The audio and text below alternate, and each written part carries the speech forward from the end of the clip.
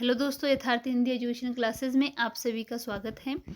तो आज की क्लास में हम पढ़ेंगे जो प्रश्न पत्र पहले आया था नवोदय में। नवोदय पीजीटी का ये पेपर है जो कि 2014 का जो प्रश्न पत्र है उसमें हम पढ़ेंगे, जो कि हिंदी टीजीटी पीजीटी के लिए काफ़ी इम्पोर्टेंट इसमें क्वेश्चन हैं। तो चलिए स्टार्ट करते हैं अपनी क्लास को। पहला प्रश्न है, हिंदी साहित्य की भूमिका के लेखक कौन है? हिंदी साहित्य की भूमिका के लेखक कौन है? राइट आंसर ऑप्शन बी है हजारी प्रसाद द्विवेदी।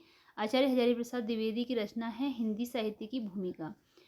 यह रचना है आचार्य हजारी प्रसाद द्विवेदी की। अगला प्रश्न है, हिंदी साहित्य के इतिहास का लेखन सर्वप्रथम किस भाषा में हुआ था? तो हिंदी साहित्य के इतिहास का लेखन सबसे पहले फ्रेंच भाषा में हुआ था। ऑप्शन बी राइट आंसर है। और गारसा दत्तासी ने यह इतिहास ग्रंथ लिखा था, जो कि हिंदी साहित्य का पहला इतिहास ग्रंथ था। लेकिन और इस ग्रंथ का नाम था इस्तवार द लिटरेचर एंदुई ए हिंदुस्तानी। भाषा थी इसकी फ्रेंच। अगला प्रश्न है, हिंदी साहित्य के प्रथम काल को वीर काल किसने कहा? हिंदी साहित्य के प्रथम काल को वीर काल विश्वनाथ प्रसाद मिश्र ने कहा। इन्होंने वीर काल कहा है। और रामचंद्र शुक्ल ने कहा है इसे वीर गाथा काल। ठीक है, तो दोनों में अंतर है। शुक्ल जी ने वीर गाथा काल कहा है और विश्वनाथ प्रसाद मिश्र ने इसे वीर काल कहा है। अगला प्रश्न है, कौन सी रचना स्वयंभू कवि की नहीं है? स्वयंभू की जो रचना नहीं है वह बतानी है। इसके लिए राइट आंसर ऑप्शन डी है महापुराण। यह स्वयंभू की रचना नहीं है। इसके अतिरिक्त ये सारी रचनाएं स्वयंभू की हैं। पौमचर्यु, ऋठ्ठर्णेमिचर्यु, स्वयंभू छंद।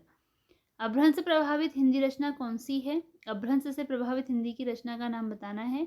तो राइट आंसर इसके लिए ऑप्शन ए है भरतेश्वर बाहुबली रास। जो है यह अभ्रंश से प्रभावित रचना है और जो कि हिंदी की रचना है।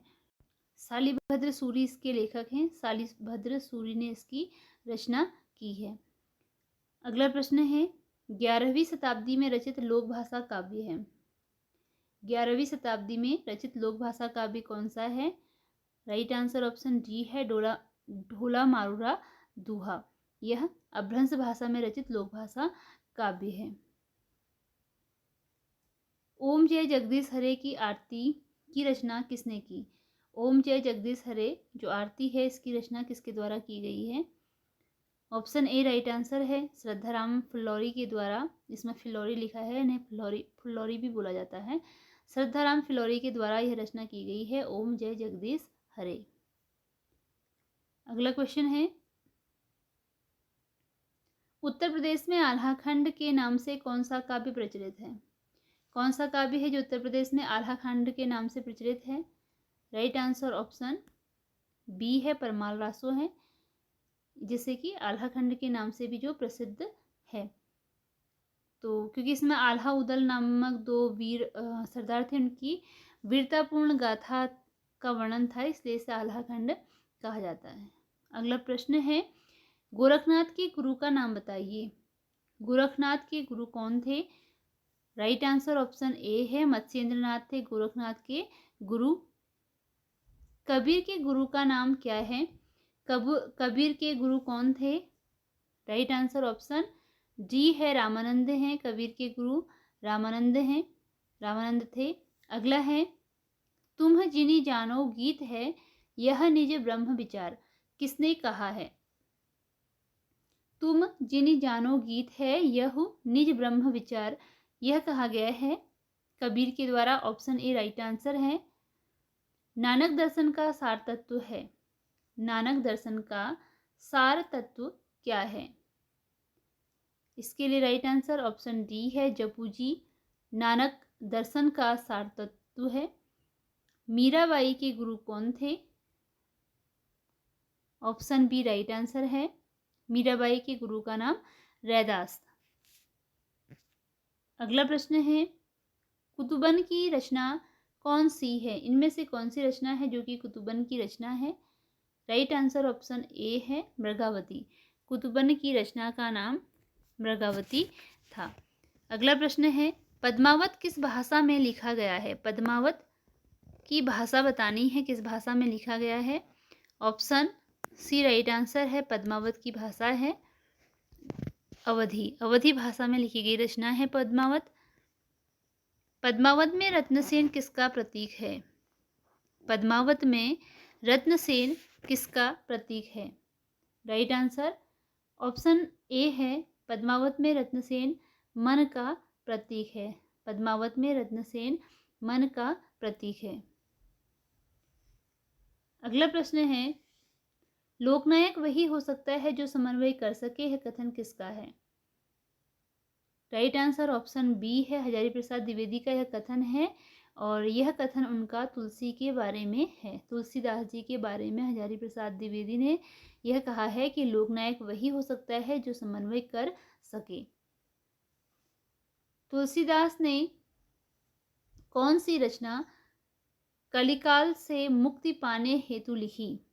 कवितावली, विनय पत्रिका, रामाज्ञा प्रश्न या हनुमान बाहुक? इसके लिए राइट आंसर ऑप्शन बी है, विनय पत्रिका। ये सारी रचनाएं तुलसीदास जी की ही हैं। अष्टछाप की स्थापना का श्रेय किस आचार्य को है? अष्टछाप की स्थापना का श्रेय किस आचार्य को है? राइट आंसर ऑप्शन बी है, विट्ठलनाथ ने अष्टछाप की स्थापना की थी, जिसमें कि 4 शिष्य विट्ठलनाथ के और 4 शिष्य वल्लभाचार्य के थे। अष्टछाप के 4 शिष्यों में 8 शिष्यों में से 4 शिष्य जो वल्लभाचार्य के थे उनमें सम्मिलित थे सूरदास, कुंभनदास, परमानंद दास और कृष्णदास। और विट्ठल स्वामी के जो शिष्य थे उनमें सम्मिलित थे गोविंद स्वामी, नंद दास, छीत स्वामी और चतुर्भुज दास। अगला प्रश्न है, उर्मे माखन चोर गड़े अब कैसे हूँ निकसत नहीं उधो तिरछे है जू अड़े। यह पंक्ति किसके द्वारा लिखी गई है? कवि का नाम बताना है और राइट आंसर ऑप्शन ए है, सूरदास की यह पंक्तियां हैं। अगला प्रश्न है कि सूरदास किस रस का कोना कोना झाँक आए हैं? राइट आंसर इसके लिए ऑप्शन डी है, वात्सल्य रस। वात्सल्य रस, इन्हें वात्सल्य रस का सम्राट भी कहा जाता है। सूरदास जी को वात्सल्य रस का सम्राट भी कहा गया है। कौन रीति मुक्त कवि नहीं है? इनमें से कौन कवि है जो कि रीति मुक्त नहीं है? नहीं में बताना है। राइट आंसर ऑप्शन बी है, बिहारी रीति मुक्त के अंतर्गत नहीं आते हैं। यह कहलाते हैं रीति सिद्ध, ये कहलाते हैं रीति सिद्ध कवि। इसके अतिरिक्त घनानंद, आलम और बोधा रीति मुक्त कवि हैं। रीति काल के किस कवि को कठिन काव्य का प्रेत कहा गया है? कठिन काव्य का प्रेत, राइट आंसर ऑप्शन सी है, केशवदास को कठिन काव्य का प्रेत कहा गया है क्योंकि इनके द्वारा अत्यधिक छंदों का, अत्यधिक अलंकारों का प्रयोग किया गया है, जिसके कारण इन्हें कठिन काव्य का प्रेत कहा जाता है। और इनकी रचना है एक जिसे छंदों का अजायब घर कहा गया है, रामचंद्रिका है वह। अगला है, रीतिकाल का कौन सा कवि वीर रस की काव्य रचना के लिए प्रसिद्ध है? रीतिकाल का कौन सा कवि है जो कि वीर रस की काव्य रचना के लिए प्रसिद्ध है? राइट आंसर ऑप्शन बी है, भूषण है, जिन्होंने की वीर रस में अत्यधिक काव्य रचनाएं की हैं। पद्माकर द्वारा रचित अलंकार ग्रंथ कौन सा है? पद्माकर ने जिस अलंकार ग्रंथ की रचना की है उसका नाम क्या है? ऑप्शन डी राइट आंसर है, पद्माभरण। पद्माकर के द्वारा जो अलंकार ग्रंथ लिखा गया है उसका नाम है पद्माभरण। अगला प्रश्न है, भीतर भीतर सब रस चूसे हंसी हंसी के तन मन धन मुँह से। पंक्ति किस कवि की है? यह पंक्तियां किस कवि के द्वारा लिखी गई हैं? राइट आंसर ऑप्शन डी है, भारतेंदु हरिश्चंद्र की यह पंक्तियां हैं। निम्नलिखित में कौन सी रचना अयोध्या सिंह उपाध्याय हरिऔध की नहीं है? जो रचना अयोध्या सिंह उपाध्याय हरिऔध जी की नहीं है वह बतानी है। राइट आंसर ऑप्शन ए है, विचित्र विवाह। यह हरिऔध जी की रचना नहीं है। वैदेही वनवास, चौखे चौपदे, चुपते चौपदे ये हरिऔध जी की रचनाएं हैं।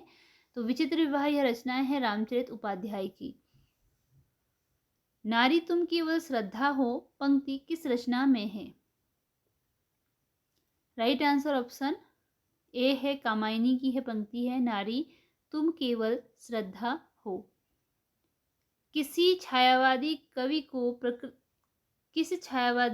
को यहाँ पर किस है, किस छायावादी कवि को प्रकृति का सुकुमार कवि कहा गया है? कौन से छायावादी कवि हैं जिन्हें की प्रकृति का सुकुमार कवि कहा गया है? राइट आंसर ऑप्शन ए है, सुमित्रा नंदन पंत हैं जिनको प्रकृति का सुकुमार कवि कहा गया है। धिक जीवन जो पाता ही आया है विरोध पंक्ति में किसके जीवन सत्य की अभिव्यक्ति मिलती है? राइट आंसर ऑप्शन ए है, सूर्यकांत त्रिपाठी निराला। यह पंक्ति सूर्यकांत त्रिपाठी निराला के द्वारा ही लिखी गई है। प्रयोग अपने आप में इष्ट नहीं है वरन वह साधन है, यह कथन किस वाद से संबंधित है? प्रयोग अपने आप में इष्ट नहीं है वरन वह साधन है, यह कथन किस वाद से संबंधित है? राइट आंसर ऑप्शन डी है, प्रयोगवाद से संबंधित कथन है और यह कथन है अज्ञेय का। हीरानंद वात्स्यायन अज्ञेय ने कहा है। भवानी प्रसाद मिश्र की कविताएं किस सप्तक में हैं? भवानी प्रसाद मिश्र की कविताएं किस सप्तक में हैं? राइट आंसर ऑप्शन बी है, दूसरा सप्तक में है।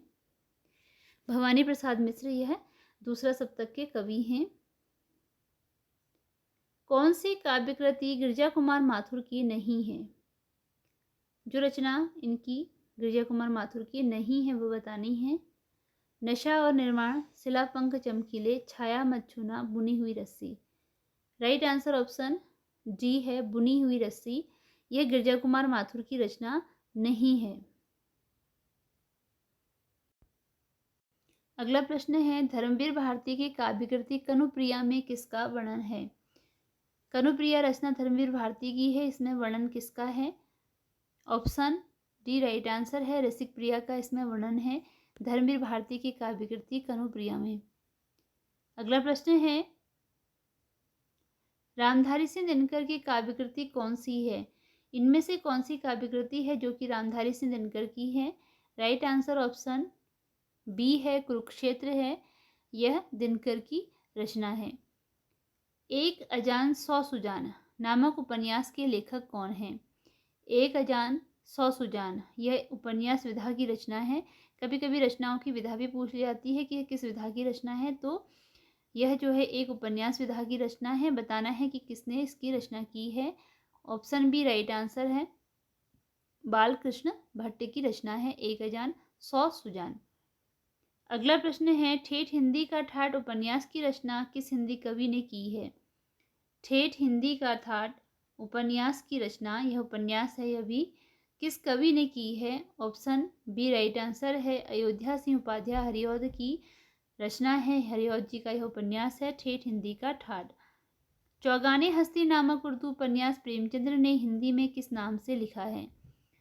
प्रेमचंद्र ने उर्दू भाषा में भी रचनाएं की हैं, तो उनका उपन्यास है चौगाने हस्ती, जो कि प्रेमचंद्र ने उर्दू भाषा में लिखा है और हिंदी में इन्होंने अनुवाद किया है इसका अलग नाम से, वह है रंगभूमि। चौगाने हस्ती इसका इन्होंने रंगभूमि नाम से हिंदी में अनुवाद किया है। मलबे का आदमी कहानी का कथ्य क्या है? मलबे का आदमी कहानी विधा की रचना है, इसका कथ्य क्या है, यानी कि इसमें किस चीज़ का वर्णन किया है? ऑप्शन डी राइट आंसर है इसका, भारत और पाक विभाजन। मलबे का आदमी जो कहानी है इसमें भारत पाकिस्तान विभाजन के बारे में वर्णन मिलता है। निम्नलिखित में राजेंद्र यादव की कहानी कौन सी है? राजेंद्र यादव की कहानी बतानी है। ऑप्शन बी राइट आंसर है, जहां लक्ष्मी कैद है, यह राजेंद्र यादव की कहानी है। अरुण यह मधुमय देश हमारा नामक गीत प्रसाद के किस नाटक का है? अरुण यह मधुमय देश हमारा गीत प्रसाद के किस नाटक का है? राइट आंसर ऑप्शन सी है, चंद्रगुप्त का यह गीत है। प्रकाश और परछाई किस एकांकीकार की रचना है? विष्णु प्रभाकर की रचना है प्रकाश और परछाई। अगला प्रश्न है कि कबूतर खाना किस एकांकीकार की रचना है? कबूतर खाना किस एकांकीकार की रचना है? राइट आंसर ऑप्शन डी है। जगदीश चंद्र माथुर की रचना है कबूतर खाना। नाटक का अभिनय रंगमंच के जिस स्थान अगले स्थान पर होता है उसका नाम क्या है? नाटक का अभिनय रंगमंच के जिस अगले स्थान पर होता है उसका नाम क्या है? ऑप्शन बी राइट आंसर है। रंग शीर्ष उसे कहा जाता है। अगला क्वेश्चन है, सूच्य कथानक को प्रस्तुत करने वाले अर्थोपक्षेपकों की संख्या कितनी होती है? राइट आंसर ऑप्शन सी है, 5 होती है। शिव शंभु का चिट्ठा किसके निबंधों का संकलन है? राइट आंसर ऑप्शन बी है, बाल मुकुंद गुप्त के निबंधों का संकलन है शिव शंभु का चिट्ठा। निम्न में कौन सा निबंध अध्यापक पूर्ण सिंह का नहीं है? जो नहीं है वह बताना है। राइट आंसर ऑप्शन सी है, गेहूं और गुलाब। यह अध्यापक पूर्ण सिंह का निबंध नहीं है। इसके अतिरिक्त आचरण की सभ्यता, मजदूरी और प्रेम, कन्यादान, यह अध्यापक पूर्ण सिंह की रचना है। अगला प्रश्न है, आचार्य हजारी प्रसाद द्विवेदी का कौन सा निबंध संकलन इनमें नहीं है? द्विवेदी जी का कौन सा निबंध संकलन इनमें नहीं है? अशोक के फूल, कल्पलता, कुटज, उपयुक्त सभी। कौन सा है मैं बताना है आपको आंसर इसमें। तो उपयुक्त सभी, ये सभी आचार्य हजारी प्रसाद द्विवेदी जी के ही निबंध हैं। कविता क्या है निबंध के लेखक कौन हैं? कविता क्या है? कविता क्या है यह निबंध विधा की रचना है और बताना है कि किसके द्वारा लिखा गया है। तो राइट आंसर ऑप्शन डी है, रामचंद्र शुक्ल जी के द्वारा यह लिखा गया है। कविता क्या है निबंध।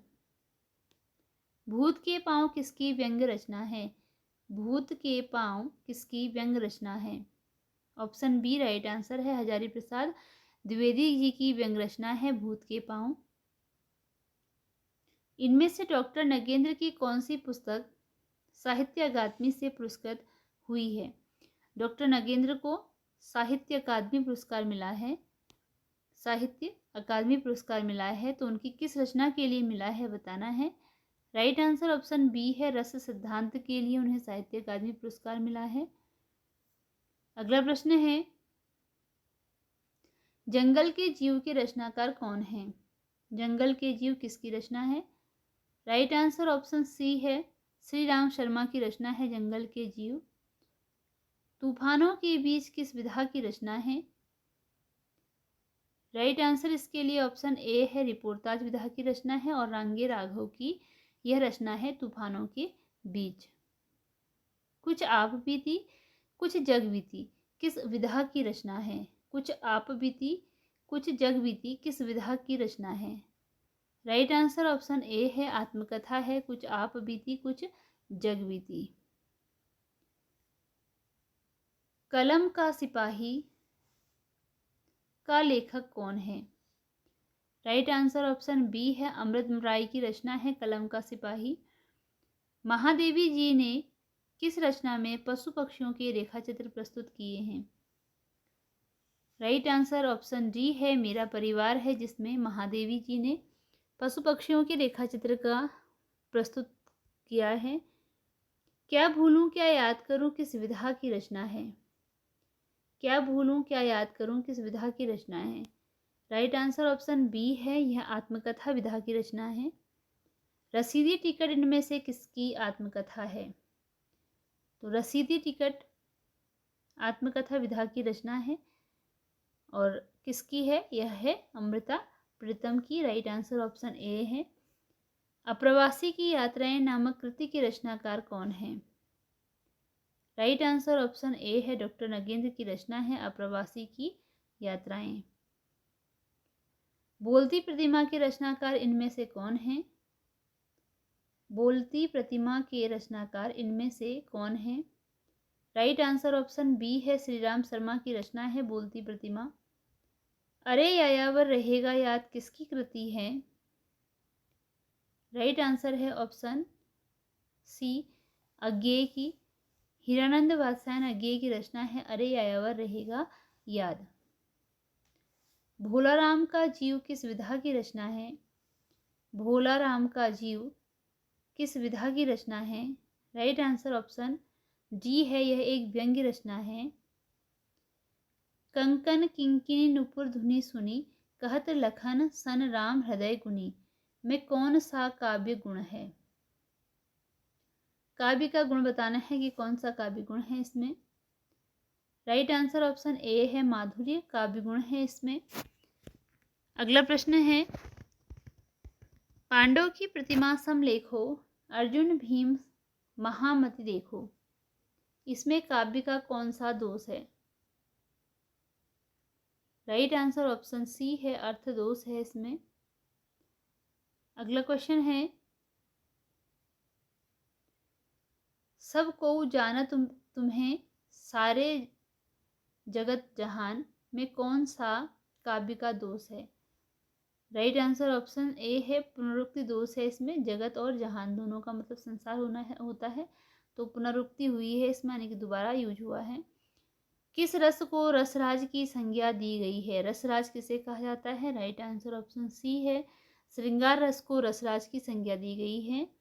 व्यंजना शब्द शक्ति का संबंध किससे है? व्यंजना शब्द शक्ति किसे कहा जाता है? तो इसका संबंध है व्यंग्यार्थ से। ऑप्शन डी राइट आंसर है।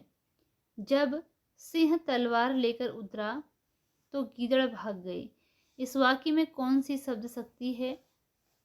राइट आंसर ऑप्शन बी है, लक्षणा है इसमें। जो रहीम उत्तम प्रकृति का करी सकत कुसंग, चंदन विष व्यापत नहीं लपटे रहत भुजंग, इन पंक्ति में कौन सा अलंकार है? राइट आंसर ऑप्शन सी है, अर्थांतर न्यास अलंकार है इस पंक्ति में। निम्नलिखित में कौन सी रचना फीचर लेखन का उद्देश्य नहीं है? राइट आंसर ऑप्शन बी है, शून्य पठनीयता। रेडियो आलेख लिखते समय किस शब्द का प्रयोग नहीं करना चाहिए? जो नहीं करना चाहिए वह बताना है। ऑप्शन डी राइट आंसर है, निम्नलिखित। टीवी चैनल पर कॉमर्शियल ब्रेक से तात्पर्य है। ऑप्शन बी विज्ञापन।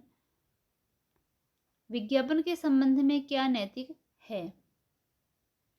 शर्त को छोटे टाइप में छापना, भ्रामक चित्र बनाना, अधूरी जानकारी या सही जानकारी। तो विज्ञापन में क्या होना चाहिए? सही जानकारी होनी चाहिए। पतलून किस भाषा का शब्द है? चीनी, जापानी, हिंदी या अंग्रेजी? राइट आंसर ऑप्शन डी है, यह अंग्रेजी भाषा का शब्द है। इसी के साथ ये वीडियो यहीं पर एंड होती है। मिलते हैं अगली वीडियो में कुछ नए प्रश्नों के साथ। धन्यवाद।